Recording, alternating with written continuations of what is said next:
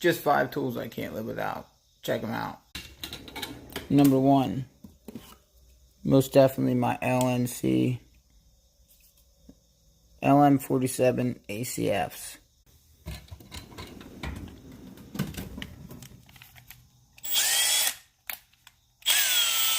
Number 2 would be my Milwaukee 1/2-inch right angle impact. Believe it or not. Number 3 is my 1/4-inch brushed ratchet over the long reach 3/8. Speed, and it's got power.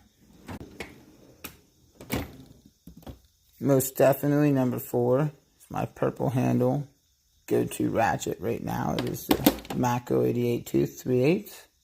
And then back in the same drawer again, my 5th would be the 17mm extended wrench and the low profile socket smash